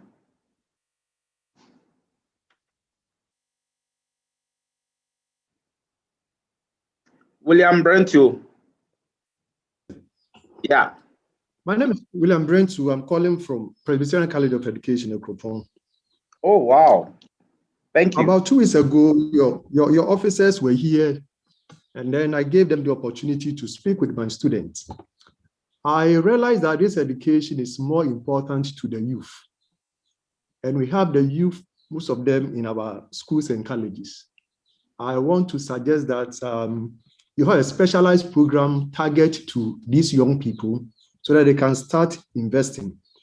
In their presentation to the students, there was one thing that I realized, that anytime they are going out for such programs, if we can have some ambassadors, which may be people from the community in which they are going to make the presentation, so that when the students see some of these people telling them why there is a need for them to invest, I believe most of them will hook onto some of these programs. They were at college from Monday, Tuesday, Wednesday, Thursday, Friday. They could not get the numbers, but because I am part of Databank and I started investing about 20 years ago, I spoke to the students and we had hundreds of people signing on to the various products. So I think anytime they go to institution, they should get ambassadors, people who can really speak to the mind of the student, because people are afraid of what is happening in the finance world. So if they don't get a trusted person to talk to them, they may think that they are like the same people. Now, the second question that I want to ask or find out from you is, do you have specialized program for associations and organizations? I manage an association like a credit union or like a credit union. Do you have a product for us where we can invest some of our money that can give us the returns so that our members can also be better off in the near future? But thank you very much. My boy is in the university, and I'm going to commit him to start making at least 100 Ghana cedis a month so that he can be the millionaire when he retires. He gets to the age of 60. William, I assume, are you a lecturer? Hello, William, are you a lecturer? I'm a Reverend Minister. Oh, you're a Reverend Minister, okay, at the college, okay. I'm a lecturer and a chaplain of the institution, yes. Of the institution. Thank you so much. Thank you very, very, very, very much for being an ambassador for us already. The point you make is very well noted. It's a fact, actually. What has been happening in the very recent times is now people are even afraid to be ambassadors, because if something goes wrong, it is them that the people kind of go and attack. You get me? So, and we are very careful not to get the some of the ambassadors. I don't want to say they would then utilize our brand and start collecting monies from people saying that they are going to invest on their behalf. So we are quite careful how we utilize them. But your point is a very strong point. We in the community, they are the trusted people we can always identify and use them for that purpose. So I really appreciate this, Reverend. Right. And the second one, any product for associations? The credit, yes. I mean, like we say, it always depends on what the objective of the association is and the credit union is. We do it. The answer is yes, we do it. But every credit union or association have their board of trustees or something like that, and then we sit with them depending on what they want to achieve. Then we will give them the appropriate investment to put their money in. But we do it. We do it all over the place. Across the country, yes. So I don't know which of the branches came out to you, but I can let them reach out to you again. Medina. Okay. Medina and Koforubia. Okay. Medina and Koforubia combined and came to PTC Akropong. Okay. Thank you. You're welcome. Perfect. Thank you so much, William. So there are a few questions in the chat. So we'll just move to the chat quickly. And I see many hands raised and quite a number of questions in the chat, but let's see how many we can get through in the next maybe 10 minutes. And then whoever we have not been able to respond to, then we'll send you the responses after the program. And we will continue tomorrow. So we'll have another speaker on the career side, and then I will also be talking on the investment side. So we'll still be able to answer your questions tomorrow. So Kojo. Okay, so one question is, how can those of us in school who are not working make good investments? That's one. I'll ask you like 3 right now. Then another question is, which package in Databank offers a consistent rate of 15% or thereabouts? Are there not going to be losses and fluctuations in the market, as Kojo mentioned? Then there's another question that they're saying, the speaker said we should have 3 accounts and I'm in university and not working, and I'd like to know how much exactly I should place in the 3 accounts. And then I think I'll ask one more, then you can go through each of them. For those of us who are 45 and over, what can we do? We need you to advise us as well. So we'll start with, how can those of us in school who are not working? I'm not sure what actually mean by good investment, but any investment that you can make for yourself is good, unless maybe you are thinking of a return or something. I'm not very clear on what what you mean by good investment. But the important thing is that you invest in a product that you have read about, you know the company, you've checked them, you know their regulators, you know where they are, etc. And then you can then proceed to invest with them. Deborah, thanks for starting again. Then, which package in Databank offers the consistent rate of 15%? Like I just said, the law does not permit us to give you a guaranteed return. And I'll tell you why. And I'll use M-Fund as a very simple illustration. So you bring, Mr. A brings 100 cedis to M-Fund, Mr. B brings 200, another brings 300. So we have, say, 500 cedis. We are going to the market to invest. We will invest some of the money in a 2-year bond, which is returning, say, 18%. We will invest some of the money in a 1-year bond, which is returning 16%. We will invest some of the money in maybe a 91-day T-bill just for liquidity purposes, which is returning 13%. So it is all a package. So, and every day the rate is moving. So I cannot guarantee you that by all means I will give you 15%. But what I can tell you is what we've been doing, historically. And you yourself, because of the reports that we give out and everything, you can even have a view. If you are in M-Fund and you are watching the rates in the bond market and the T-bill market, you can have an idea about where you will land. If you want an exact return that we can predict, then that means you want to buy T-bills. But even T-bills, at every auction every week, the rate changes. But it's just that it is locked in for the period that you've bought it. So you go to auction this week and the 182 day is 16%. Next week, it could be 15.85 or 16.25.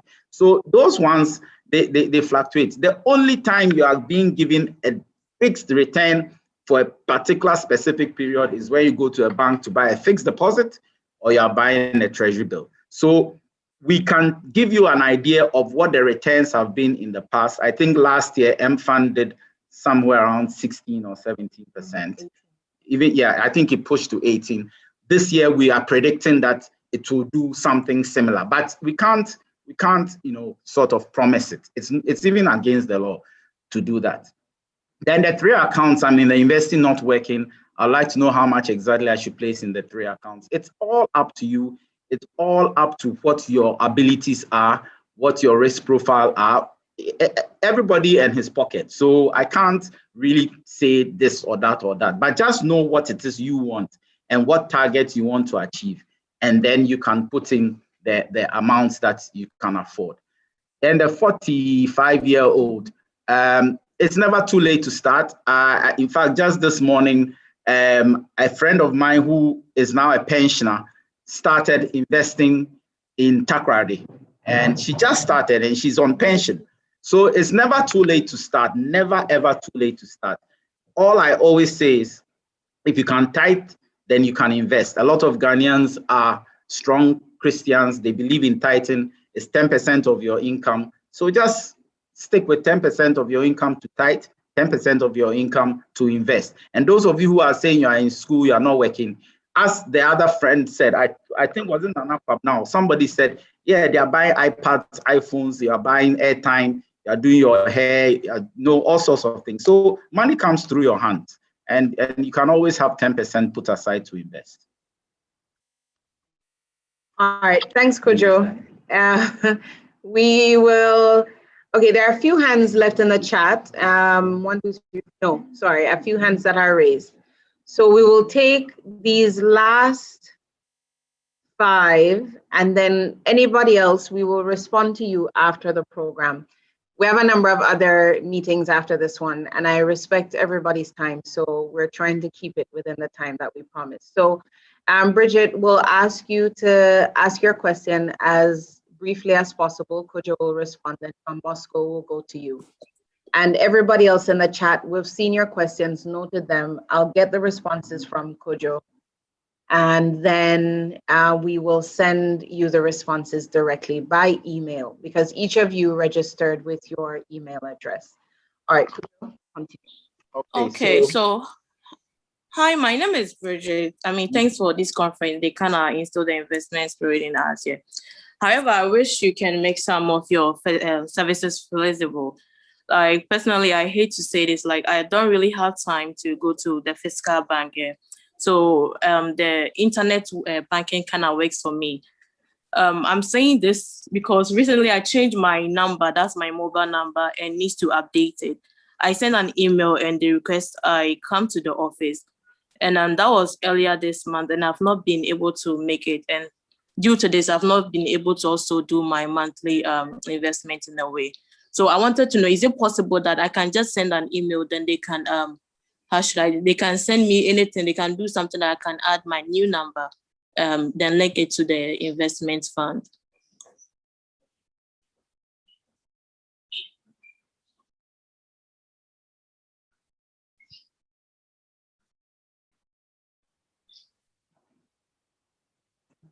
John Bosco.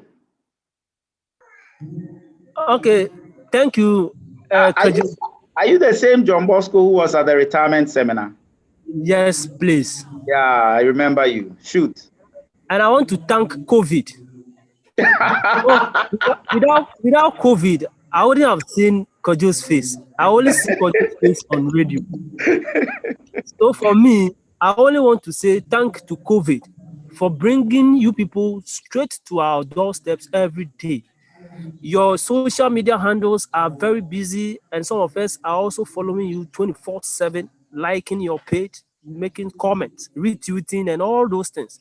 But I just want to hammer on what Reverend say, because Reverend already said my mind last conference, because I said Databank need to get ambassadors. Guys are there, but they really don't care. They only need somebody to ginger them. Last, I gingered about 5 of my friends by showing them my MFAN account. Yeah. And they were like, wow, Bosco, this time around there, you bypassed that. I said, no, it's a sacrifice. And managing director, I said, I want to thank COVID, because without COVID, I wouldn't have had that time to even come to any AGM meeting. But now I can speak to you directly without fear or anything. COVID. No problem. Thank you very much. But we also like the physical meeting to also help sometimes. You know, when people actually meet me and shake my hand, and then they know that, oh, he's a human being after all. Then they come in and invest. So we are hoping that very soon we can also do a combination of both the physical and the Zoom. And to just to leave this comment, I want to actually appreciate the effort of the whole branch manager, Mr. Pupulampu. He's also doing very well. He's also donating to schools on your behalf, and he's also helping actually announce your presence in the Volta region. So kudos to Mr. Jude. Thank you very much. Thank you. John Ayeni.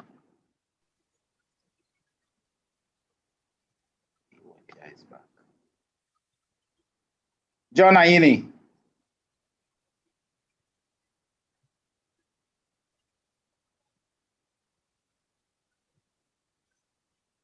Okay. Esilfi. James Esilfi. Unmute yourself. Okay, what's going on? Florence.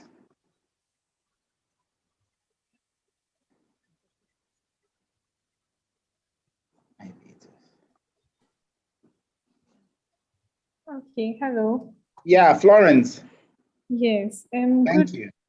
Good afternoon. Good afternoon. Thank you for this opportunity. Actually, when the Reverend was talking, I wanted to say almost exactly what he said about people being afraid to join and all that. And I joined, I think a year ago. I was in school when they came to my room and then they introduced it to me. Initially, I was a little bit reluctant, to be honest, because I was like, I've not heard of Databank before. And they were like, wow, they were surprised. I was like, that's the truth. But then I joined with a little bit because I was like, okay, then if it's fake and then my money goes away, it won't really hurt me because I joined with, I think, 100 CDs. So once a while, I want to call your helpline because I was also trying your star 600 and then it wasn't really working. So at a point I tried calling, so I got scared because I wanted to deposit money actually, but I didn't have time to get to any of your branches. So I was like, let me try using the online platform. So recently I put money in there, but I keep checking my account, but the money has not reflected. So when I saw the online meeting, I said, okay, let me join. Because it's not like I'm still having doubts. I've actually told people in my office, oh, I think this thing is not bad. So there are people in my office who want to join, who are interested in there. Where is your office, please? It's at Dome, and there's no branch around here. Yes. But they don't need a branch. So we'll look at the star 100 issue. Maybe you are the third on this call. Mm-hmm. So we'll go back and look at it. But when did you do the deposit? I did it 2 days ago. Okay. And I 2 days ago, I started trying 2 days ago. It wasn't working. So I think yesterday I realized they had deducted it from my mobile money. I was trying to use the mobile money approach. Okay. So very quickly, for those of you who do deposits via the Momo, via the main branch, online, whatever. As you all know, we are not a commercial bank, and I just want to take this opportunity to remind you all that we are not a commercial bank like that. And the first questions were asked, our partner banks. So when you deposit, it will first go into our account, related account in a commercial bank. So either ABSA, GCB, Fidelity, Access, any of them.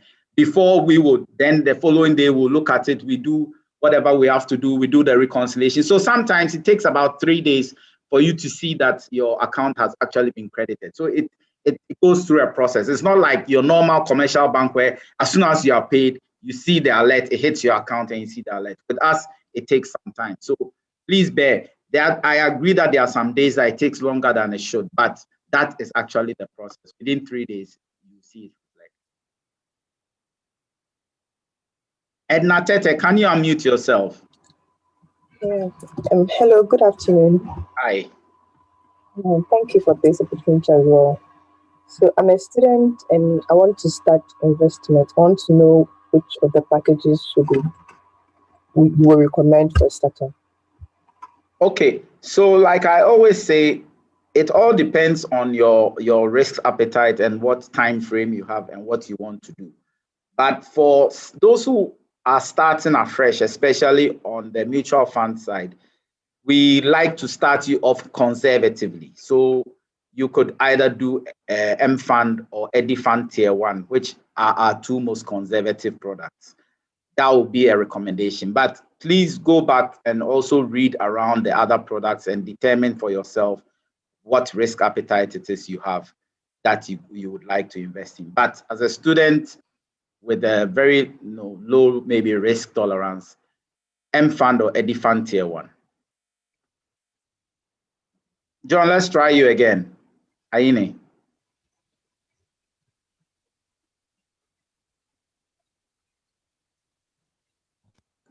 Okay, John, you can put your question in the chat. I'm sure the production team will pick it up and give you an appropriate answer.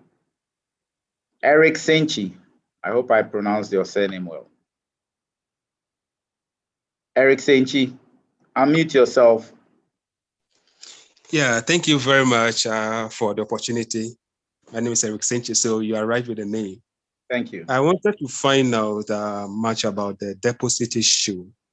May I ask, if you want to transfer directly from a bank into your Databank account, is there any way out of which you can do that apart from the online services, maybe direct banking from one bank to the other, if that can be done, please? Yes, we do have direct debit services. Can they do that online? Yeah. So if you go onto the website, there's a portal there that you can use to register for direct debit. Let me just ask, what bank do you operate from? With Who are your bankers? UMB and Stanbic. Okay, that's okay. Stanbic and the UMB. So you can do a direct debit from any of them. It will hit. Okay. Thank you. All right. Thank you very much. Yeah. Come here. Pepia. Hello, good afternoon. Hi. Thank you for the opportunity. So I wanted to ask, related to just investing generally.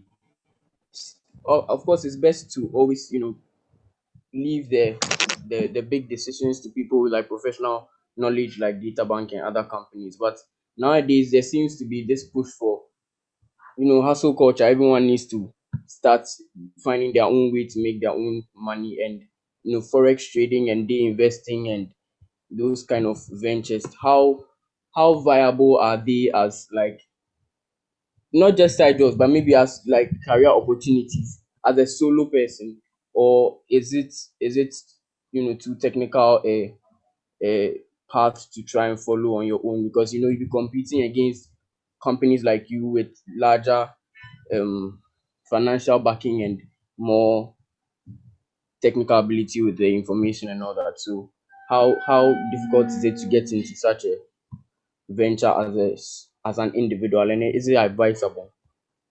Is this the Wepia I know at football? Yes, please. CTFM. Yes. How are you? I'm fine, thank you. How are Have you you today? finished Presec now, or you are still in Presec? No, I'm at Ashesi right now. Oh, congratulations.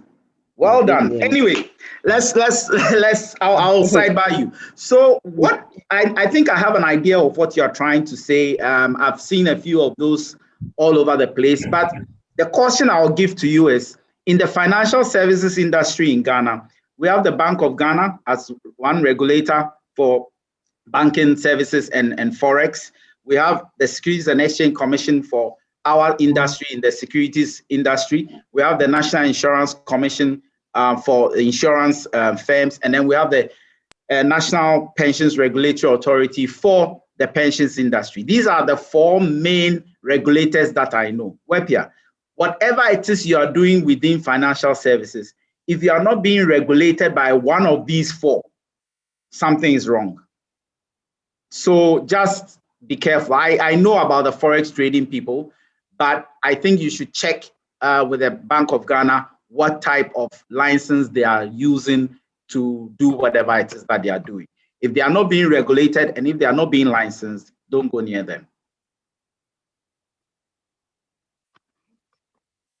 All right. Thank you very, very much, Kojo. It is now 12 minutes past 12, so we are beyond time. So to everybody else, thank you so much for participating. Thank you for all the questions that you've asked. For those of you who didn't ask, I know that in some way or another, maybe some of your questions were also answered. If you have any additional questions, put them in the chat or join us tomorrow again between 10 to 12. We have, as speaking tomorrow, Dr. Hazel Berard Amua. She's one of the top HR practitioners in Ghana, award-winning lady, and actually one of our board members on EdiFund. So she'll be speaking on career planning, and then I will also be sharing 5 mistakes that you should not make when you invest. So we'll take care of that tomorrow. So as we wrap up, I have actually 2 last giveaways, 250 CD gift vouchers that we're giving away with 2 questions. And again, just put your answers in the chat, and whoever responds first and correctly will get it. So first question is, Kojo spoke about knowing your risk tolerance and list the 3 types of risk tolerance someone could have. So what are the 3 different types of risk tolerance? And please put your responses. Okay. The Delali Apple, you came in first at low, medium, and high. And thank you, Deborah and Ramsey, Lucas Ramsey, who also contributed. But Delali is the winner. So Delali, you've won a 50 CD gift voucher. Please just put your phone number in the chat, just for us to confirm your details. Then the next question is, if your risk profile is low, there were 4 investment options that Kojo recommended in his presentation. List any 2 of those 4 investment options if your risk profile is low. Ooh, you guys are quick. Okay, so this one goes to Nana Ayebia Danso Epua. Okay, Nana, she said M Fund and EdiFund Tier 1. Thank you very much. And I've seen all the other responses that have come in as well. Thank you all so very, very much. So Nana, please put your number in the chat as well. Once again, I'd like to thank Agnes, as she had to drop off and go to another meeting. I'd like to thank Kojo as well for the time that they've spent today talking. And thank you all for joining us. We hope to see you again tomorrow. You will receive an email with a link to the presentations and a video recording of the session after we're done both days. In the email as well, we'll share a social media challenge that we're rolling out for everybody that participated here, and also a deposit and win promo that we will also give anyone who came on board and participated the opportunity to also take part in. So that's it. I wish you all a wonderful day. If you can join us tomorrow, join us tomorrow. But if not, thank you all for participating and have a great day. Thank you, thank you, thank you. Okay.